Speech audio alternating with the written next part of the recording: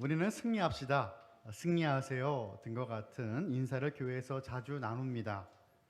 그렇다면 승리는 무엇으로부터 승리입니까? 예수님을 믿는 우리들이 눈에 보이는 전쟁 가운데 있는 것은 아니지만 우리는 혈과 육을 상대하는 씨름 싸움이 아니라 통치자들과 권세들과 이 어둠의 세상 주관자들과 하늘에 있는 악한 영들을 상대하는 영적인 싸움을 매일매일 하고 있습니다. 이 말씀이 에베소서 6장 12절의 말씀이죠.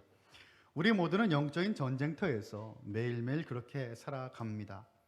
그렇다면 승리한다라는 의미는 무엇인가를 굴복시키고 내가 원하는 목표나 일을 이룬다라고 하는 의미가 있을 것입니다. 우리가 말하는 승리는 내가 원하는 것을 이루는 기쁨이 아닙니다. 우리가 말하는 승리는 하나님의 뜻이 저와 여러분의 삶을 통해 이루어짐을 의미하는 것입니다. 그리고 우리가 말하는 승리는 사람이 해결할 수 없는 죄의 문제를 해결하신 예수님을 믿음으로 우리도 죄의 문제로부터 해결받고 자유로워짐을 의미하는 것입니다. 그래서 최종적인 승리는 예수님께서 이 땅에 재림하시는 그때에 이루어질 것입니다. 온전히 하나님의 뜻이 이루어지는 것이기 때문이에요. 우리는 지난주에 아둘람 굴에 모여 광야 공동체를 이룬 다윗과 그의 사람들에 대하여 말씀을 살펴보았습니다. 그리고 오늘은 사무엘상 26장 함께 나눌 것인데, 이 사무엘상 26장은 24장과 같이 또 한 번 다윗이 사울의 목숨을 살리는 말씀이에요. 그렇다면 사무엘상 24장의 말씀은 어떤 말씀입니까? 말씀의 내용은 이렇습니다. 다윗이 엔게디 광야에 있는 소식을 듣고 사울이 군사를 이끌고 다윗을 잡으러 갑니다. 그런데 사울이 들어간 동굴은 이미 다윗이 숨어 있었던 장소였습니다. 다윗은 사울의 그 옷을 자르고 뱀으로 충분히 그의 목숨을 해할 수 있었지만 그렇게 하지 않았음을 보여줍니다. 왜입니까? 다윗은 하나님께 기름 부음 받은 이의 구원일을 존중하고 있습니다. 사울은 다윗에게 죽을 고비를 넘기고 그리고 나서 자신의 목숨을 살려준 일에 감격하죠. 다윗을 의롭다라고 말을 하였습니다. 그리고 자신의 뒤를 이을 다음 왕으로 인정까지 하였습니다. 그러면 사울은 변화된 것입니까? 안타깝지만 그렇지 않았습니다. 26장으로 넘어가면 그는 변화되지 않았습니다. 여전히 다윗을 잡으려고 하였고 죽이려고 하였습니다. 다윗의 목숨을 사울은 노리고 있었지만 하나님은 다윗을 도우셨습니다. 그를 지키셨습니다. 오늘 본문을 저는 크게 두 가지의 주제로 나누어서 하나님은 우리에게 어떤 분이신가를 한번 살펴보면 좋겠습니다. 이 땅을 살아가는 성도는 승리할 수 있는 존재입니다. 어떻게 하면 우리가 승리의 삶을 살 수 있는가? 바로 이 하나님을 믿고 붙들 때 우리는 승리할 수 있다는 것입니다. 첫 번째는 하나님은 당신의 백성을 돕고 지키십니다. 하나님 우리를 도우시는 분이고 우리를 지키시는 하나님이십니다.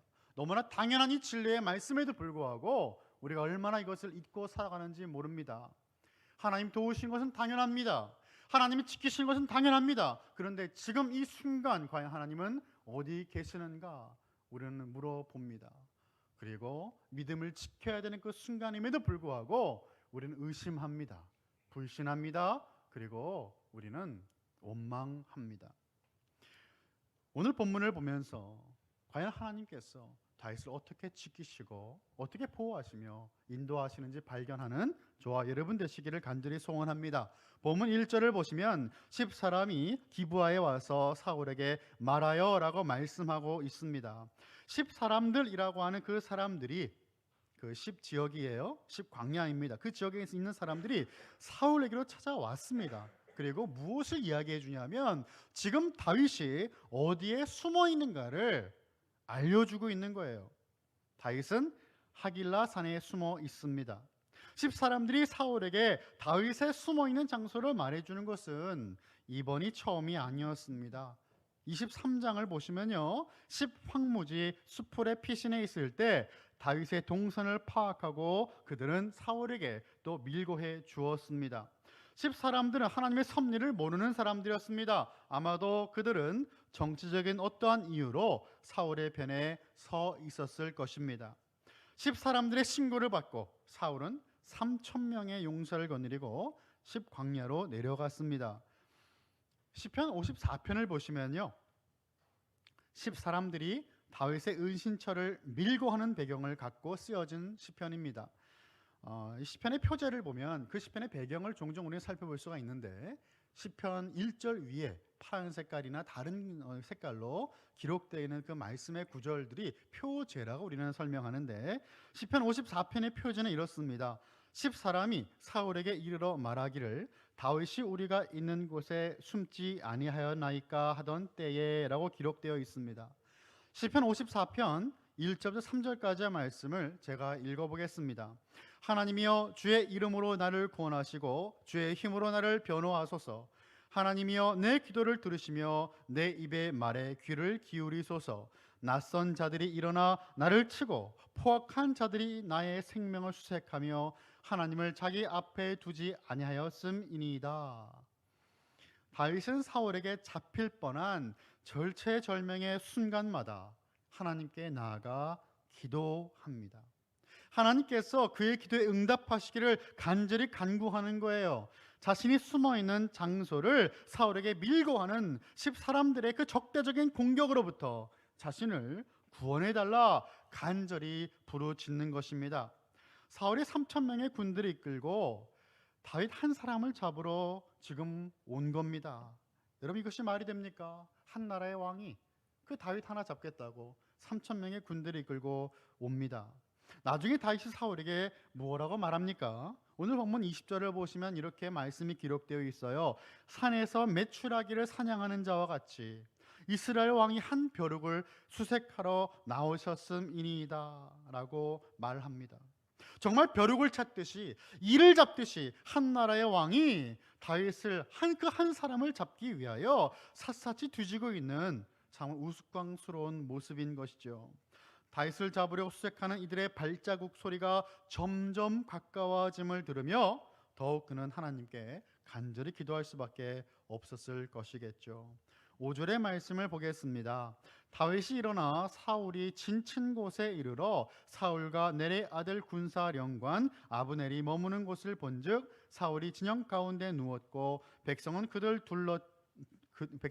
둘러 진쳤더라. 사울이 광야 앞 하길라 산 길가에 진친 것을 본 다윗은 그곳에 넬의 아들 군사령관 아브넬이 있음을 보았습니다. 아브넬은요, 평생 사울의 군사령관으로 전쟁터에서 싸웠던 무적의 용사였습니다. 뿐만 아니라 사울 곁에는 용맹한 군사 3,000명이 함께하고 있습니다. 다윗이 사울 가까이 가는 것은요, 현실적으로 불가능합니다. 3,000명입니다. 애워싸고 있습니다. 24장에서 사울이 혼자 굴 속에 들어와서 무방비 상태로 다윗과 만나게 된 것과는 차원이 다른 문제인 것입니다. 우리나라 말에 이런 속담이 있죠. 산 넘어 산이다 라고 하는 말이 있습니다. 그 당시에는 정말 그게 큰 문제였습니다. 정말 태산처럼 보였습니다.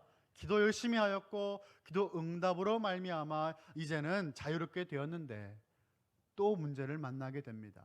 여러분, 이것이 우리의 삶 아닐까요? 우리의 인생이 그렇습니다. 그런데 예전의 문제는 기억이 나지 않습니다. 지금 내 삶에 내 눈앞에는 문제가 제일 큰 문제로 여겨지는 것이에요. 우리의 인생은 산 넘어 산입니다. 하나님께서는 그 산을 통하여, 그 문제를 통하여 다시금 우리로 하여금 주님 앞에 세우시는 것입니다. 다윗은 다시금 기도의 자리를 지켜야 되는 모습으로 서게 된 것입니다. 다시금 예배의 자리로 서야 되었습니다. 우리의 삶도 그렇습니다. 우리의 삶에 문제를 만날 때에, 기도 제목 하나님께 주실 때에 불평과 불만과 원망을 쏟아내는 것이 아니라 다시금 기본으로 돌아가 하나님께 예배를 회복하고 기도가 회복되어지는 저와 여러분, 우리 모든 칼빈의 권속이 다 되시기를 축원합니다.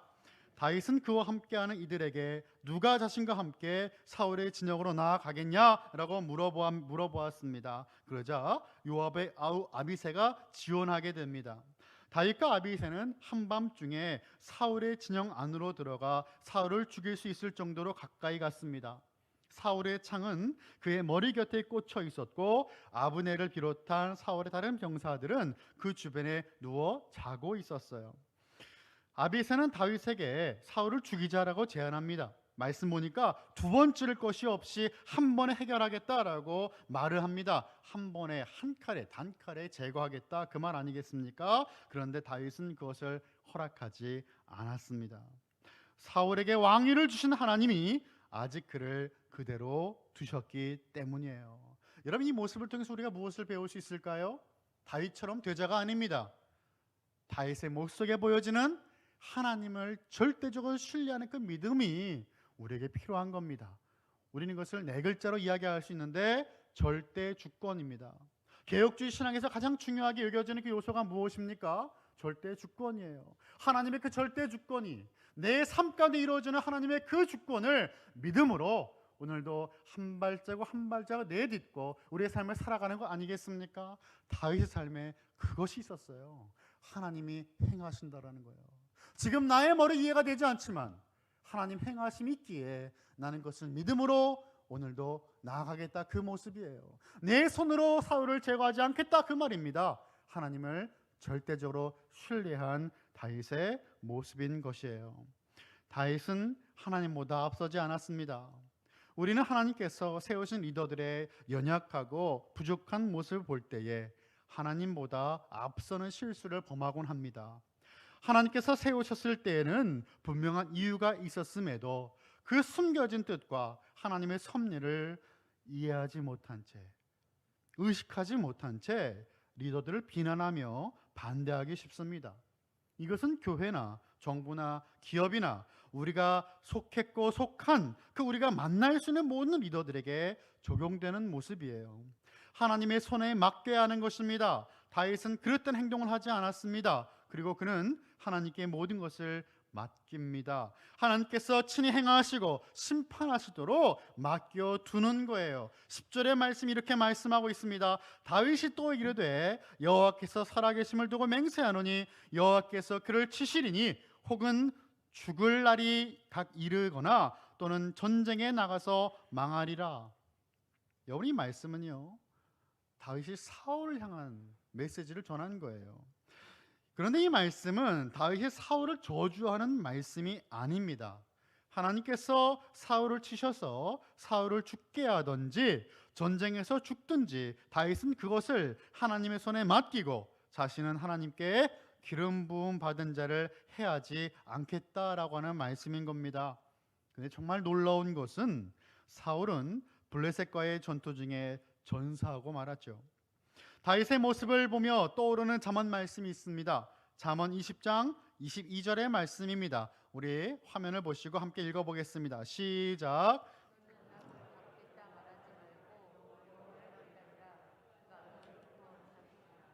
아멘. 잠언 기자는 우리 스스로가 악을 갚겠다라고 뛰어가지 말라고 말씀합니다. 죄를 짓지 말라는 것입니다. 거룩함을 잃지 말라는 것입니다. 여호와를 기다리라, 그가 너를 구원하시리라 말씀하시는 겁니다. 심판하시는 분은 하나님이시다라는 것을 말씀하는 겁니다. 또한 사도 바울도 말씀합니다. 로마서 12장 19절의 말씀도 한 목소리로 같이 읽어보겠습니다. 시작. 내 사랑하는 자들아, 너희가 친히 원수를 갚지 말고 하나님의 진노하심에 맡기라. 기록되었으되 원수 갚는 것이 내게 있으니 내가 갚으리라고 주께서 말씀하시니라. 아멘. 아멘. 그렇습니다. 우리의 손에 있지 않다라는 것입니다. 선과 악을 알게 나무 열매를 먹고 난 죄인들의 모습이 무엇입니까? 우리가 판단하고 싶어하는 겁니다. 무엇이 선한지 무엇이 악한지 우리는 판단하고 싶어 합니다. 하지만 그것은 주님께서 원하시는 모습이 아니라는 겁니다. 판단과 심판은 주님께 맡기고 우리는 거룩함을 잃지 말아야 합니다. 이것이 바로 성경에서 말씀하는 원수를 대하는 태도죠. 우리 예수님께서 뭐라고 말씀하십니까? 원수를 사랑하라 말씀하시는 거예요. 이는 이로 눈에는 눈으로 되갚는 것이 유대인의 관습과 전통이었다면 우리 예수님은 말씀을 다시금 해석해 주시는데 하나님이 정말로 원하시는 모습은 바로 사랑하라라고 하는 메시지였다라는 것이죠. 하나님의 심판을 믿고 우리는 우리 역할에 충실하면 되는 것입니다. 다윗이 이처럼 하나님께 온전한 모든 심판을 맡길 수 있었던 것은 그가 하나님의 심판을 눈으로 친히 보았기 때문입니다. 우리는 중요한 사건을 하나씩 다루면서 말씀을 나누고 있는데 우리가 나누지 못한 말씀 25장에 있죠. 25장을 보면 특별한 이야기가 소개되어 있습니다. 남편과 아내가 소개가 되는데 남편은 완고하고 행실이 악하였지만 아내는 총명하고 용모가 아름다웠다라고 말씀하는 부부가 등장합니다. 남편의 이름은 나발, 아내의 이름은 아비가일입니다.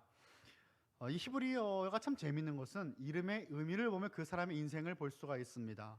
나발이라고 하는 사람의 이 이름의 뜻은 무엇일까요? 바보라는 뜻입니다. 어리석은 자, 바보가 이름이에요. 무슨 의미일까요? 하나님을 경외하지 않았다라는 겁니다. 하나님으로부터 멀어진 삶을 살았다는 것이죠. 그의 이름을 통해서만 드러나는 것이 그의 모든 인생 자체가 바로 지혜롭지 못한 삶을 산 삶이다라는 것을 보여주는 겁니다. 양털 깎는 시기가 왔다라고 말씀이 되어 있습니다. 양털 깎는 시기는 한 해 동안 공들인 양털을 거두는 시기이기 때문에 풍족한 시기입니다. 추수의 시기입니다. 말씀 보니까요, 먹을 양식이 풍족해서 잔치가 났다라는 그 잔치가 있었던 시간임을 우리가 알 수가 있는데요.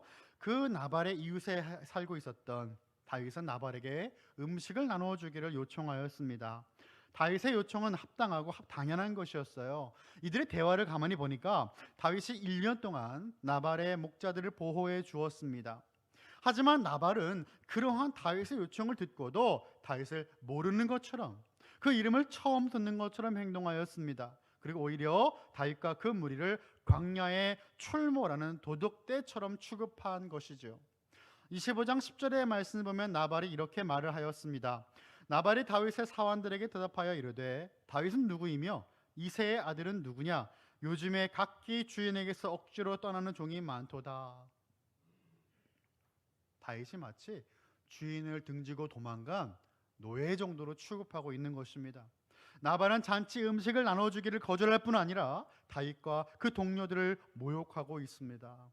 이 말을 듣고 다윗은 분노가 머리끝까지 차오릅니다. 다윗은 이성을 잃어버립니다. 다윗은 하나님께서 기름 부으시는 종으로서의 그 정체성을 잊어버리고 만 겁니다. 원수를 갚으려고 하는 거예요. 유진 피터슨 목사님, 그는요, 나발을 죽이려고 달려가는 다윗을 이렇게 표현하였습니다. 다윗은 광야에서 배운 아름다운 거룩을 잃어버렸다. 미치광이 사울 왕을 성령이 거하시는 전으로 볼 줄 알았던 다윗이었지만 이제 그의 눈에 나발은 악취를 뿜어대는 더러운 쓰레기로밖에 보이지 않았다. 다윗은 또 다른 사울이 되어버릴 위기에 있었다. 자신의 지위와 역할을 위협하는 사람이라면 누구나 없애버리려고 길을 쓰는 사울 같은 인간 말이다. 하마터면 다윗은 이성을 잃고 사울과 똑같은 사람이 될 뻔하였습니다. 자신이 판단했을 때 사울은 기름 부음 받은 거룩한 이기에 자신이 해할 수 없는 존재인데 나발을 보니까 그 사람은 이름 자체가 바보고 그 사람은 거룩해 보이지 않고 악취를 뿜어내는 악당 중에 악당으로 보여지기에 쓰레기처럼 보여지기에 해하는 것 전혀 꺼리낌이 없이 느껴진 거예요. 그런데 판단은 누가 해야 되는 것입니까? 하나님이 하시는 겁니다. 다윗이 할 수 없는 것입니다. 바로 그때 하나님은 돕는 손길을 다윗에게 보내십니다. 바로 아비가일을 보내신 거예요.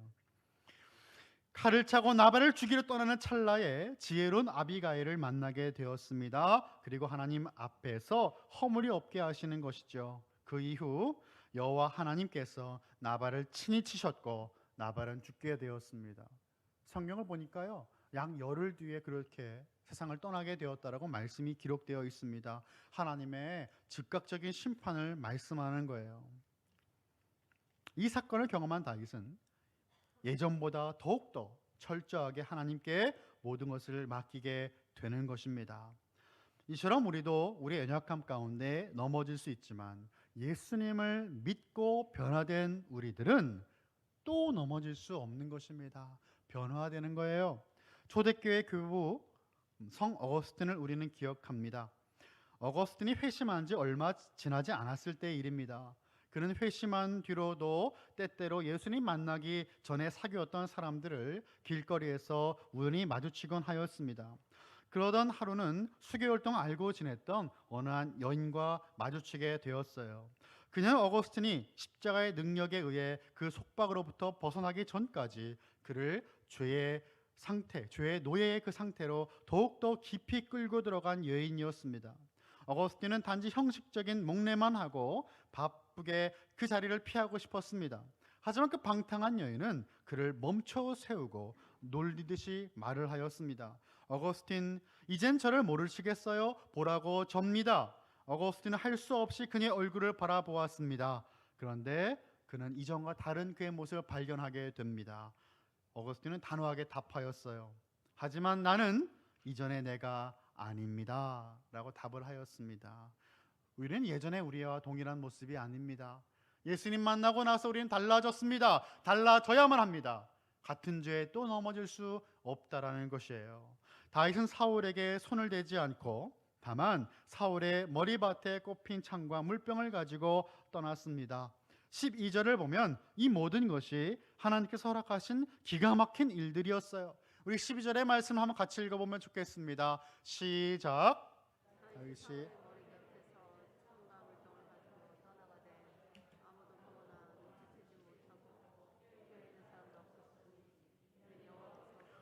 깊이 잠들게 하셨으므로 그들이 다 잠들어 있었기 때문이었더라.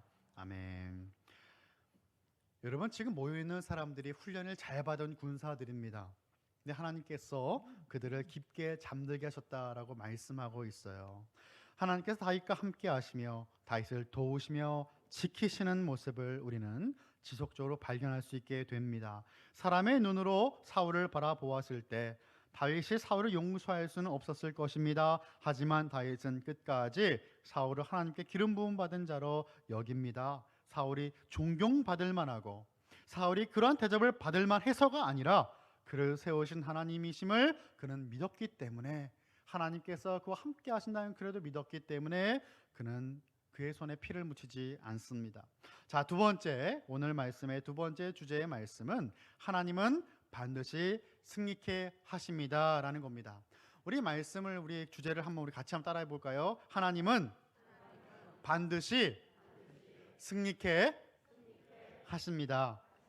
아멘. 다윗은 그렇게 사울의 창과 물병을 갖고 건너편으로 갔습니다. 멀리 산 꼭대기에 서서 아브넬과 사울을 향해 큰 소리로 외치는 것이죠.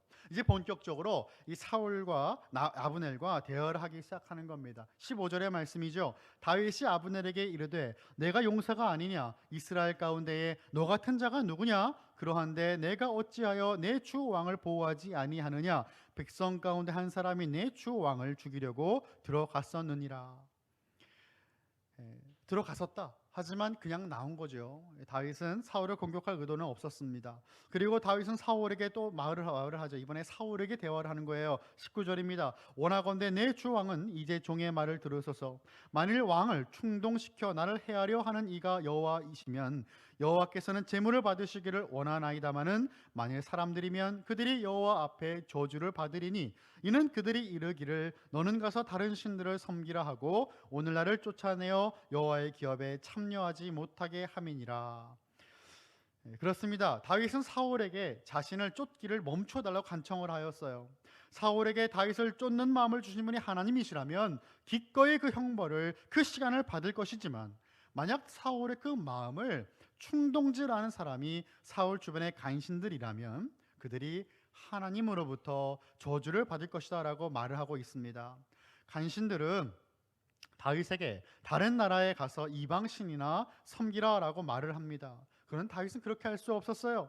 그도 하나님께로부터 기름 부음 받았기 때문입니다. 하나님이 그 시간에 하나님께서 이루시는 그 일들을 묵묵하게 기다리며 통과하며 예배의 삶을 떠나지 않았다라는 것입니다. 사울은 자신의 잘못을 인정합니다. 21절이에요. 사울이 이르되 내가 범죄하였도다. 내 아들아 다윗아 돌아오라. 내가 오늘 내 생명을 귀하게 여겼은즉 내가 다시는 너를 해하려 하지 아니하리라. 내가 어리석은 일을 하였으니 대단히 잘못되었도다 하는지라. 자신의 죄를 인정하면서 다윗을 내 아들이라고 부릅니다. 그리고 다윗에게 다시 돌아오라라고 말하는 겁니다. 하지만 다윗은 사울에게 그의 몸을 맡기지 않습니다. 사울의 창만 돌려보내고 그는 사울에게 가지 않았습니다. 여기서 우리가 받을 수 있는 교훈은 무엇입니까? 다윗은 사울이 아니라 살아계시고 신실하신 하나님께 보호를 받고 싶은 것입니다. 지난주에도 말씀을 드린 것처럼 왕의 창은요 그의 권위를 상징합니다. 그 창을 다시 사울에게 돌려보냈다라고 하는 것은 사울의 왕권이 다윗의 목표가 아님을 말씀하는 것이에요. 다윗은 왕의 자리에 대한 욕심이 처음부터 없었습니다. 그러면 왜 사울에게 가지 않았습니까? 변덕이 죽 끓듯이 그렇게 변하는 사울의 모습을 신뢰할 수 없었겠지만 정말 중요한 것은 다윗이 정말 신뢰할 만한 것이 하나님의 품이라는 것을 보여주고 하나님께서 가라고 말씀하지 않으셨기 때문이라는 겁니다. 하나님께서 사울에게 가라고 하신다면 다윗은 갈 겁니다.